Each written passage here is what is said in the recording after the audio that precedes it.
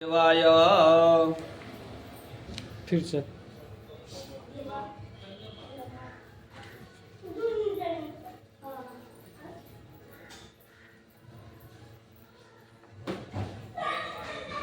ओम श्री गणेशाय नमः। श्री सरस्वत्यै नमः। श्री गुरुभ्यो नमः। ओम नमो भगवते वासुदेवाय। श्री कृष्ण शरणं मम।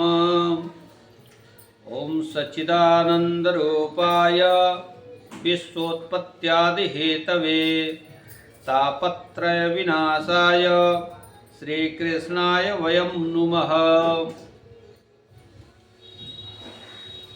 जो परब्रह्म परमात्मा जगत की उत्पत्ति स्थिति और विनाश के हेतु हैं तथा जो तीनों प्रकार के ताप के विनाश करता हैं, उन सच्चिदानंद स्वरूप भगवान श्री कृष्ण का हम वंदन करते हैं। परमात्मा के तीन स्वरूप शास्त्रों में बताए गए हैं, सत्य, चित्त और आनंद। सत्य प्रकट रूप से सर्वत्र है, चित्त मौन है तथा आनंद अप्रकट है। जड़ वस्तुओं में सत्य और चित्त है परंतु आनंद नहीं है। जीव में सत्य और चित्त प्रकट होता है परंतु आनंद अप्रकट रहता है, अर्थात अप्रकट रूप से वह रहता है, अव्यक्त रूप से है। वैसे आनंद इसके अपने अंदर ही है, फिर भी आनंद को मनुष्य अपने बाहर ही ढूंढता है।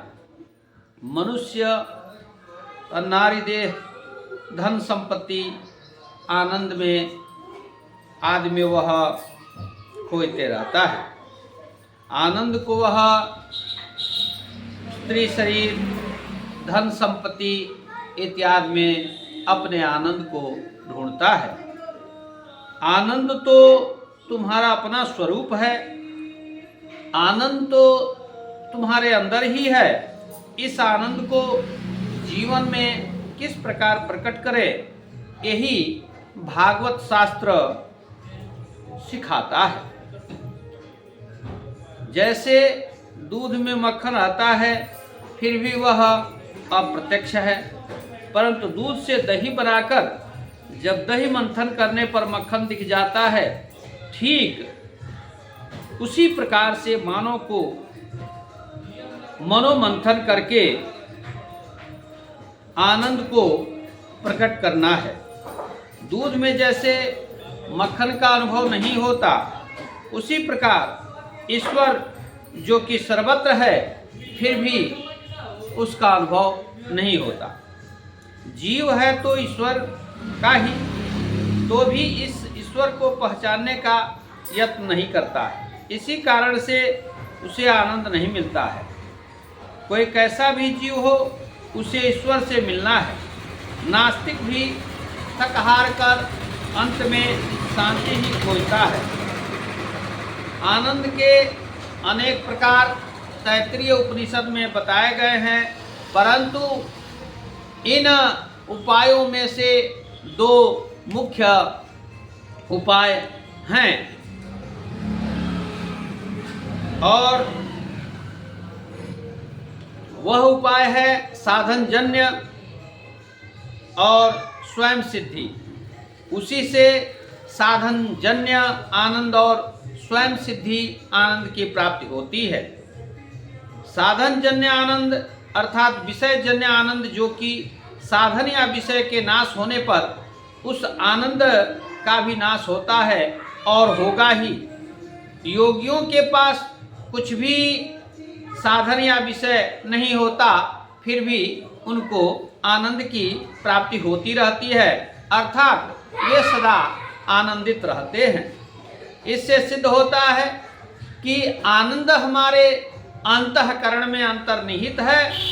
सत्य चित्त आनंद ईश्वर में परिपूर्ण है। परमात्मा परिपूर्ण सत्य चित्त रूप, परिपूर्ण चित्त रूप, परिपूर्ण आनंद रूप है। सत्य चित्त रूप है, परिपूर्ण चित्त रूप है और परिपूर्ण आनंद रूप है। परमात्मा श्री कृष्ण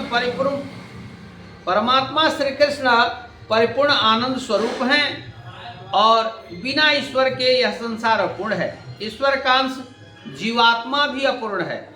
जीव में चिदंश है फिर भी परिपूर्ण नहीं है।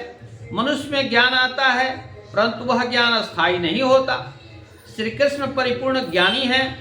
श्री कृष्ण को 16,000 रानियों के साथ बात करते समय भी वही ज्ञान था और जिस समय द्वारिका आदि का विनाश हो रहा था उस समय भी वही ज्ञान था।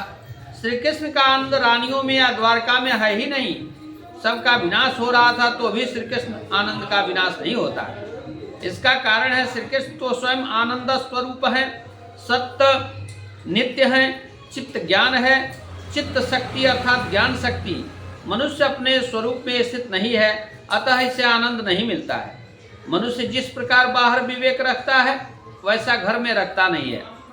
मनुष्य एकांत में स्वस्वरूप में स्थित रहता नहीं, जबकि उत्पत्ति स्थिति और संहार लीला में श्री ठाकुर जी के स्वरूप में कोई परिवर्तन नहीं होता है।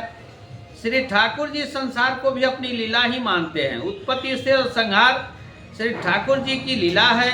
परमात्मा तीनों में आनंद मानते हैं और अपने स्वरूप में स्थित रहते हैं। जिसका ज्ञान नित्य टिकता है उसे ही आनंद मिलता है, वही आनंदमय होता है। जीव को यदि आनंद रूप होना हो तो उसे सच्चिदानंद का आश्रय लेना चाहिए। यह जीव जब तक परिपूर्ण नहीं होता तब तक उसे शांति नहीं मिलती, आनंद नहीं मिलता। संसार का प्रत्येक पदार्थ परिणाम में विनाशी होने के कारण परिपूर्ण नहीं है, क्षणभंगुर है। परिणाम स्वरूप यह तो भगवान श्री नारायण हैं। इस प्रभु नारायण को जो पहचानता है और उस नारायण के साथ मन को जो तदाकार करता है उसी का मन नारायण के साथ एकाकार हो जाता है। केवल वह जीवात्मा ही श्री नारायण रूप बनता है और वही परिपूर्ण होता है, तभी जीव का जीवन सफल होता है। जीव जब तक अपूर्ण है तब तक उसे शांति नहीं मिलती। जीव जब ईश्वर से मिलता है, उसका अपरोक्ष साक्षात्कार करता है, तभी जीव परिपूर्ण होता है। परमात्मा श्री कृष्ण के दर्शन पाने के लिए ही यह मनुष्य का अवतार है। मानव ही श्री भगवान का दर्शन कर सकता है। पशु को तो अपने स्वरूप का भी ज्ञान नहीं है, तो वह बेचारा परमात्मा के दर्शन कैसे करे। परमात्मा के दर्शन के बिना यह जीवन सफल नहीं होता है। जो परमात्मा का दर्शन कर लेता है उसी का जीवन सफल हो जाता है।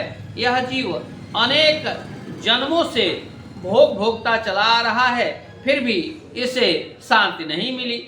यह शांति तो तब मिले जब जीव को परमात्मा का दर्शन मिल जाए। श्री कृष्ण परमात्मा के दर्शन के बिना जीव को परिपूर्ण शांति नहीं मिलती है। बोलिए वृंदावन बिहारी लाल की जय।